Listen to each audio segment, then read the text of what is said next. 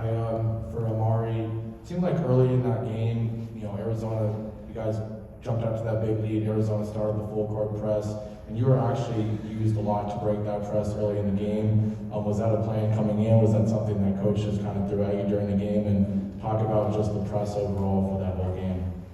Yes, that was a plan. We knew that they were a great defensive team, so we were going to have to try to break that press by committee for sure. So just everybody helping each other out.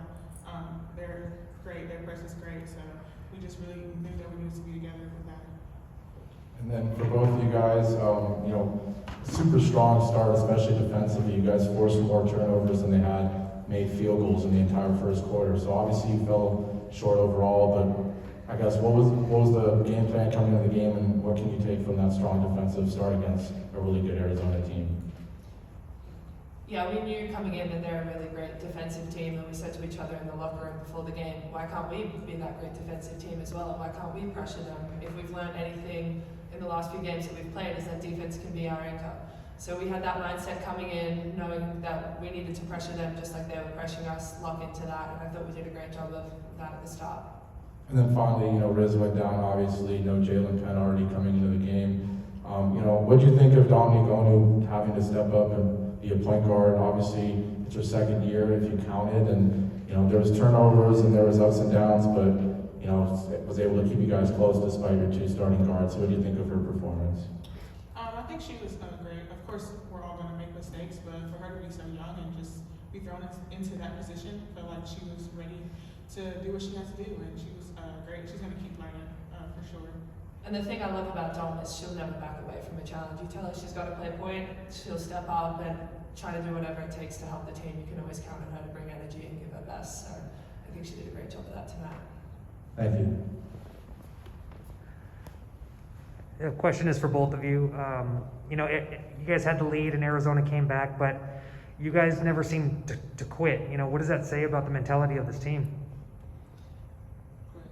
I think that's just a really important part of wearing these 4 letters across your chest. We're Bruins. We're never going to give up, never going to quit. We're going to play till the last whistle blows. And that's something I love about this team, and something that Coach Corey instills in us. And we just keep fighting in the end. There's always a chance. So yeah, we're never going to give up. I mean, it's a game of runs, so we know that, and we're not going to lay down for anybody. So we're going to keep that mentality the entire season and keep fighting always. It's unfortunate that Charisma goes down again, but what can you say about her mentality? The fact that she goes down and she just keeps bouncing back up. I would say that she's just a fighter. I mean, she is definitely the head of the snake here with what she does, and she sets the tone for us every day. So we know that if she's doing that and every time she falls, she's going to get back up, then we definitely could do the same.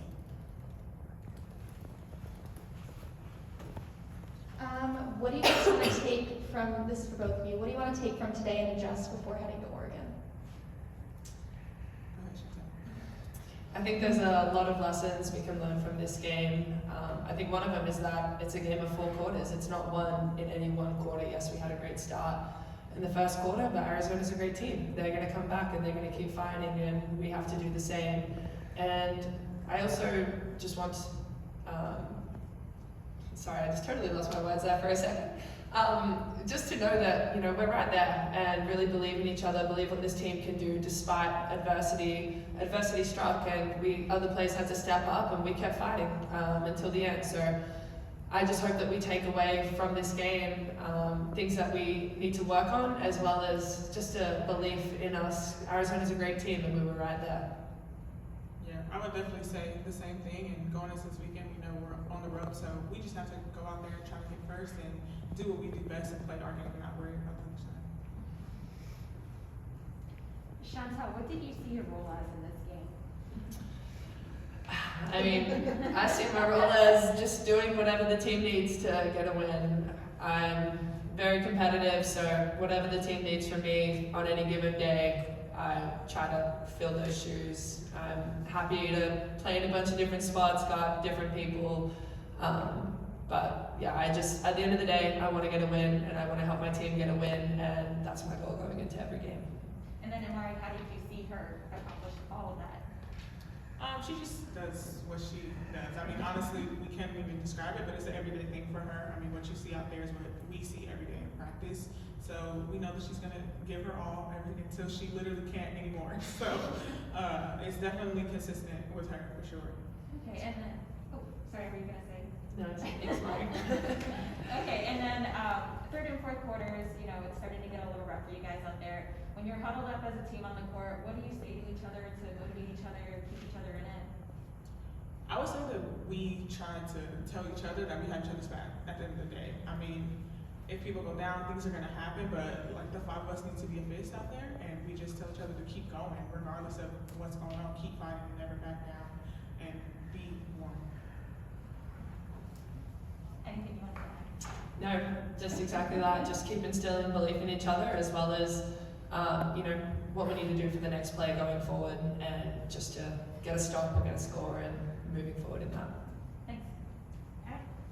Thank you. Thank you. We'll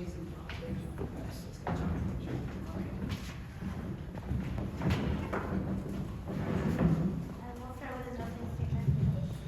Well, you know, you just saw, you just saw the philosophy of our program right there in those 2 young women. That character, respect and represent is one of our 3 rules, and you know, those are 2 really disappointed young women, and the way they represent UCLA, the way they fight, the way they carry themselves, no excuses.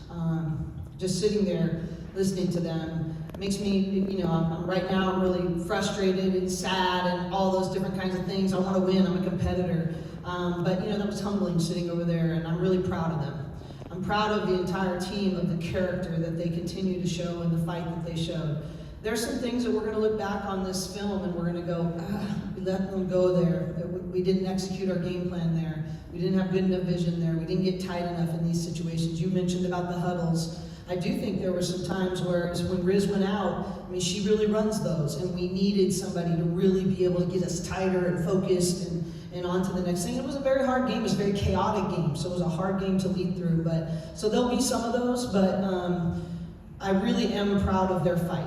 And there was never, oh no, Riz is out, we're done. There was just a regroup, reset, and let's find different ways. And they came and they took the lead. And I think that there's some things at the end of the game. One of the things with a really experienced team is that they know exactly who they are and what they're trying to get. We knew that they were going to go, to Sam Thomas and to Pellington. And Pellington got to the cup, and Sam Thomas got 3s and got to her left hand. I mean, we knew, everyone knew it, and they still were able to get to that point. Credit to them. Credit to them for their discipline and for being able to play to exactly their strengths. And we need to learn of how we take those things away.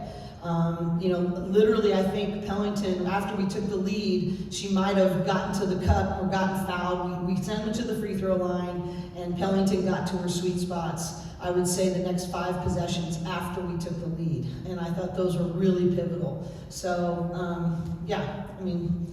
all kinds of learning things. My head's still spinning a little bit about some of the things, but go ahead and ask questions.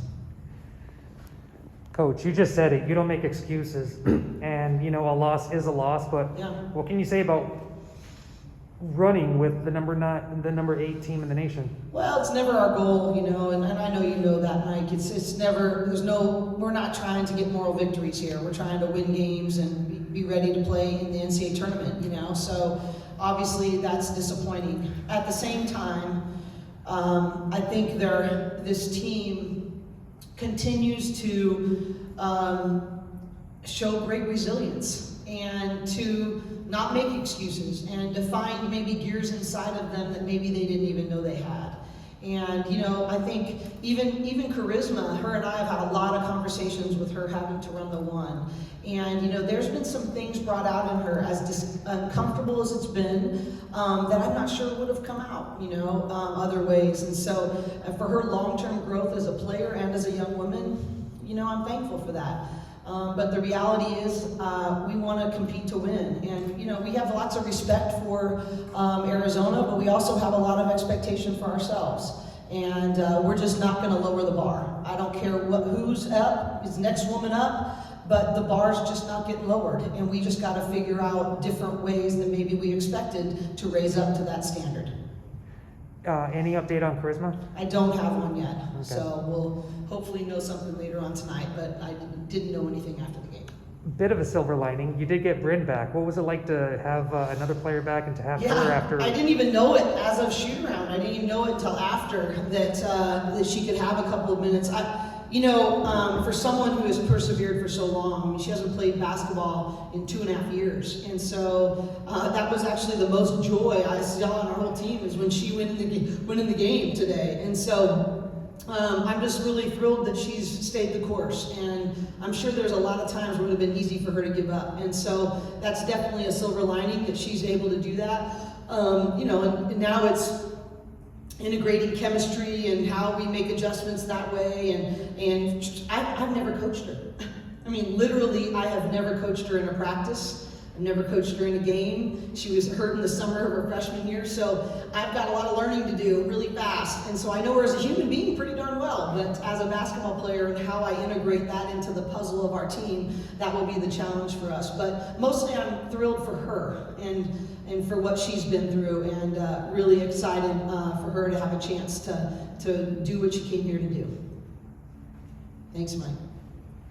Hi, Coach. Another silver lining, I guess, was Dominique Anu. I know I kind of asked the players about it, but Yeah. career high in minutes, rebounds, almost a career high in points, and she was asked to do a lot, probably the most she's ever been asked to do. So what do you think of that? Well, I think the 10 rebound thing is really big. That's something that we've really challenged her in, and I thought that was really important to us. You know what? This is going to sound a little bit weird, backhanded, but I was proud of her mental next play speed. When you got 6 turnovers, and a lot of those are in tough situations, it would have been very easy for her to go inward and have that sort of snowball. And I was really proud of how she responded to her mistakes. And I think that, you can teach through mistakes. It's a lot harder to choose the mental side in a pressurized moment. And so really proud of her for that.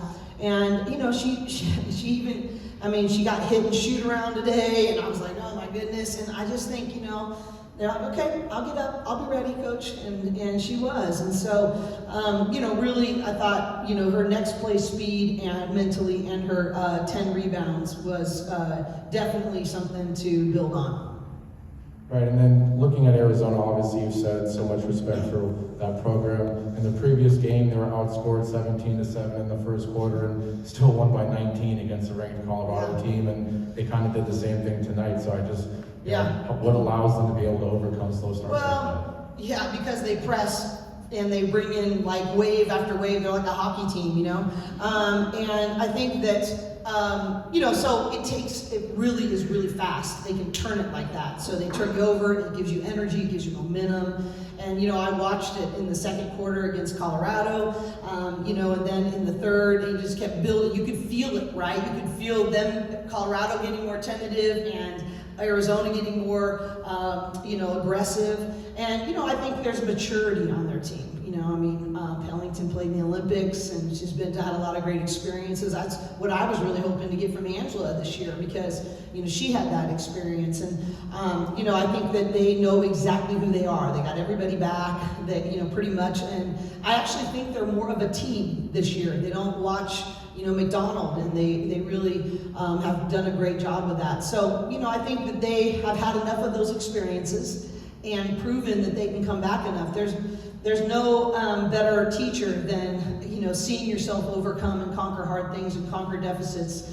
And they have those sort of experiences to draw from mentally and emotionally. So you could tell they weren't rattled, and they're really deep in that pressure. A lot of times takes a little while. We did really well the first quarter. We didn't do so well the second quarter. We got a little bit better throughout, but that's what happens, right? It just sometimes wears you down, and then all of a sudden it's boom, boom, boom. And, and that's to their strength, and it's to our weakness. And so it's something that's the war and the battle that we have to deal with. Because we want to be able to control who gets shots and really be able to run and they put you in situations where you really can't do that. You need to be able to break the press and attack and be effective at that.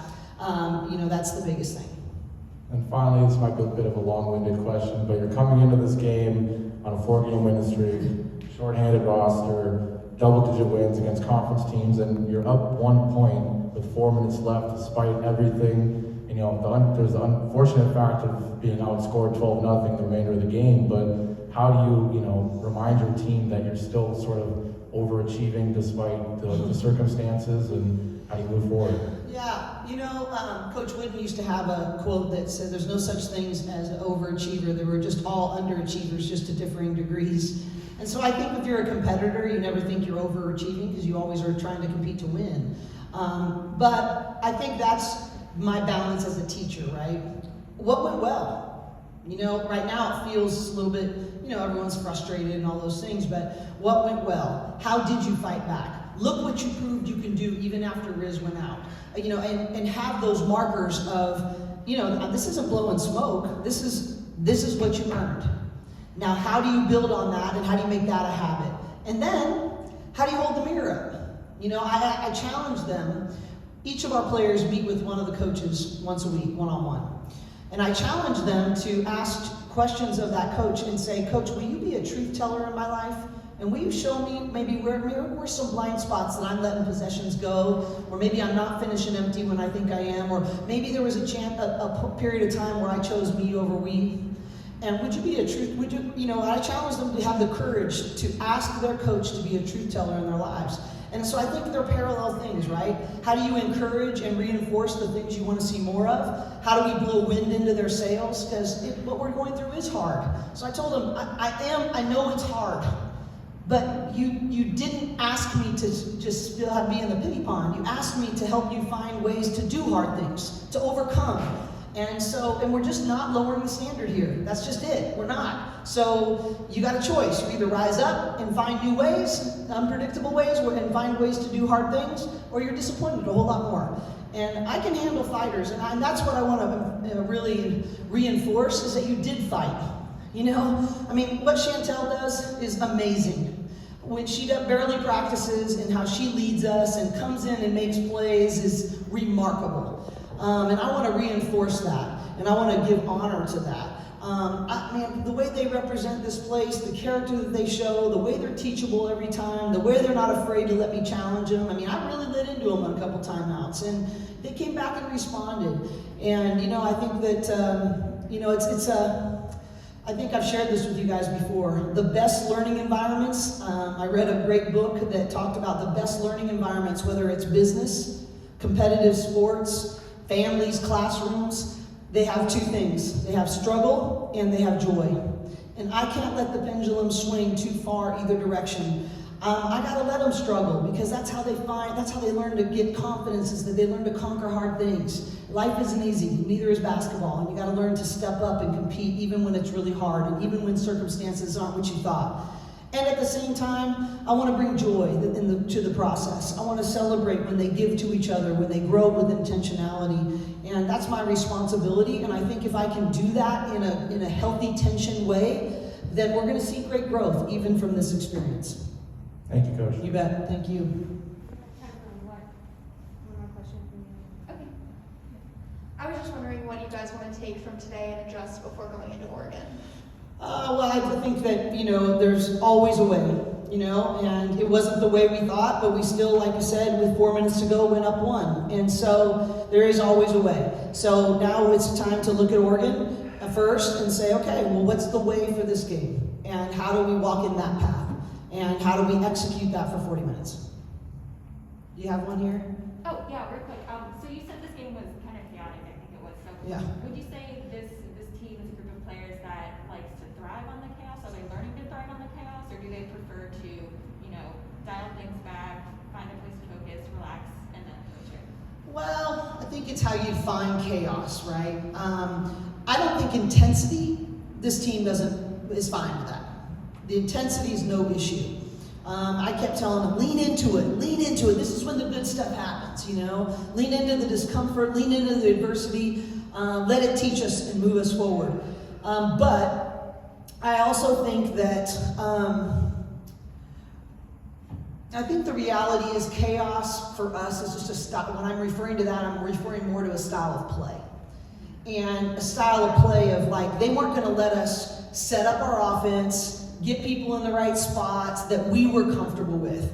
they were going to trap, and they were going to make us, and if we did it well, we got really easy shots on the other end, but it's really difficult, and that's not where some of our young guards are really comfortable. So I think when I say the chaos, it's more of a style of play. I love the intensity. I love the feel of like every possession matters. You know, and my job is to have next play speed as a leader and as a coach. And I'm going to go back and hold the mirror up to myself. You know, I'm not sure. Maybe I said to our staff, I said, the next 24 hours. We always say that performance equals potential minus interferences, or you can substitute interferences with distractions. And I asked them, look, when we get together tomorrow, what should you tell me as a leader? Maybe did I not role model that the way I needed to? And so, you know, I have to be the biggest learner in the program. But when I say chaos, I just mostly mean style of play, but it's important for me to lead through the chaos in the most effective way. All right? Thank you guys. I really appreciate your time. Thank you.